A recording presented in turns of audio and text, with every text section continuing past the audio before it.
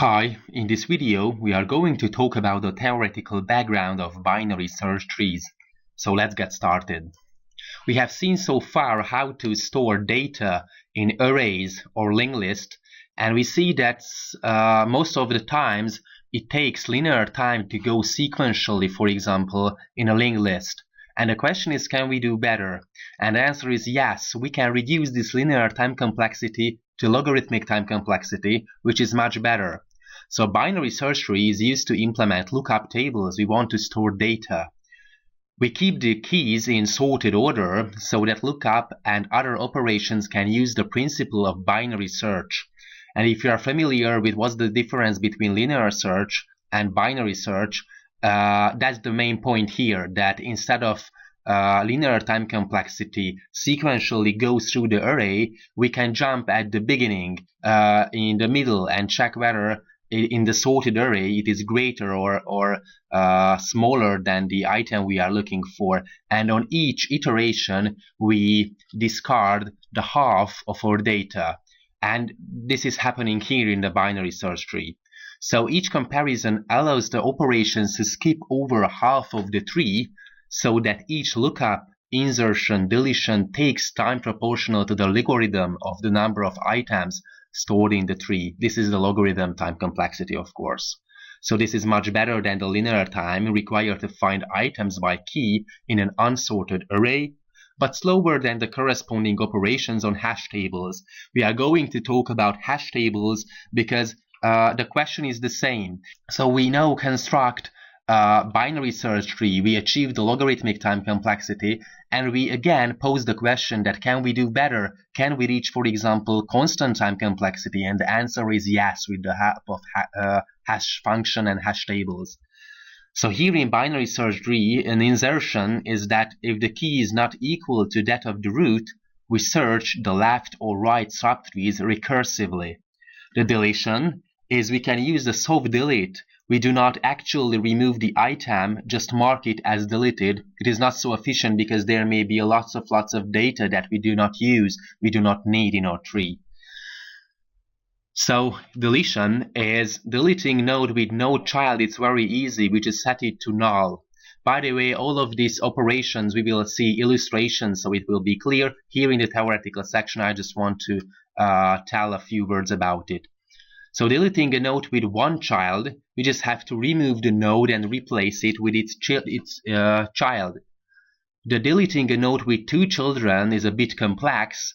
We have to call the node to be deleted I, and do not delete I directly. Instead, choose either its in-order successor node or its in-order predecessor node J. Copy the value of J to I, then recursively call delete on J until reaching one of the first two cases. What are these cases? When it's become a leaf node, and if it's a leaf node, we just have to set it to null. An in-order traversal as a graph gives us the numerical order, and if we make this in-order traversal, then it is going to give us numerical ordering for integers and alphabetical ordering for strings, for example, and the predecessor and the successor is the given node in the in-order traversal. The successor, of course, is the next node, and the predecessor is the previous node. We are going to see it in the illustration. So a few words about the time complexities. We see that the average case complexity, instead of linear, is going to be logarithmic. But the worst case is going to be linear. So the worst case, we end up with a linked list. And that's why we are going to talk about balanced binary search trees, or ABL trees. In ABL trees, the worst case is logarithmic too. Another important parameter is the height of the tree. We usually denote it with age, the length of the path from the root to the deepest node in the tree. This is the definition of the height of a given node.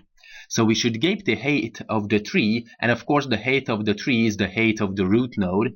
We should keep it at a minimum, which is age equal to logarithmic n.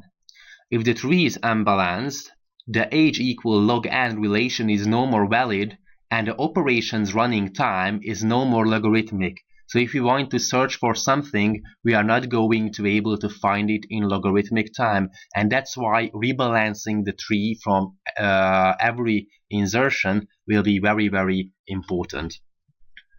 So for how to construct a tree, the first node is trivial. It's going to be the root node, for example 12 in this situation. And whenever we want to insert, for example 4, we have to examine from the root node whether it is greater or smaller than the given node. Here 4 is smaller than 12, so it is going to be the left child of the root node. So in a binary search tree, this is the most important and basically the one property of a binary search tree, that each of the node, for a parent, for example, the left child of a parent is smaller than the parent's value, the right child is greater than the parent's value. And that's all. That's the basic property for binary search tree. And that's why, because 4 is smaller than 12, this is why it's going to be the left child of 12. We want to insert 5.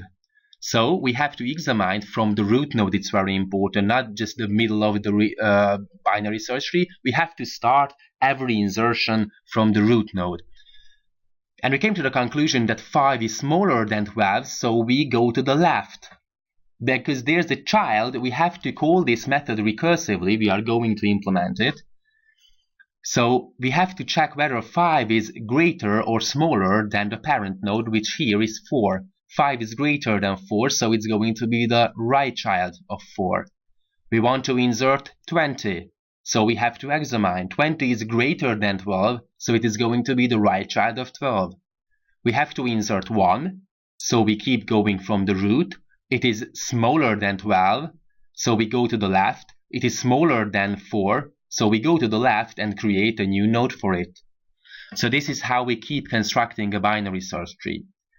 In-order traversal. We call recursively this in-order traversal for the left subtree. Then we print out the root, and then we call this recursively to the right subtree. And it is going to give us the numerical ordering, the ascending numerical ordering, so from the lowest value to the highest value. So here the numerical ordering, the in-order traversal, is going to give us 1, then 4, then 5, then the root node, then the right subtree, which is now consists of 1 item. So the predecessor of a node, as I said earlier, is the previous node in the in-order traversal. So for example, what's the predecessor of 12? It is 5. Why? Because in the in-order traversal, after 5 we get 12, and after 12 we get 20. So that's why the predecessor of 12 is 5, because it is the previous node in the in-order traversal. The successor of a node is the next node in the in-order traversal. What's the, for example, the successor of 12? It is the 20. So this is how we calculate. It's not a good calculation, but anyways, the successor and the predecessor. And it's going to be important for deletion. So, for example, we want to delete a leaf node. It's very easy. We want to delete node 5. We have to search for it. And after we find it in logarithmic time complexity, of course, we have to remove it. How to remove it? We just set it to null and delete it. Okay, it's very easy. But how to delete a node with 2 children? For example, we want to remove the root node. It has a left child and a right child. We are not able to set it to null, because then the root node would be a null. It is not allowed in a binary search tree. So we have to find its in-order predecessor or successor. Here we swap with the predecessor. I use in my algorithms the predecessor, so the previous node in the in-order traversal, and we have to swap them. The 5, so the in-order predecessor, with the given node we want to delete. We swap them, then the 5 is going to be the root node, and the 12, it is now a leaf node. So we just have to set it to null. And why is it good? Because we are not, with the help of this in-order successor and predecessor, if we swap these two and make the deletion like this, we are not violate the binary search tree property. So here the root node is 5 and all of the left subtree elements are smaller than the root and all the right subtree elements are greater than the root node, and this is the only property for binary search tree. We are not violating it, so we are good. So this is how to delete a node, this is how to construct a binary search tree, and this is how to in order traverse a binary search tree. Thanks for watching.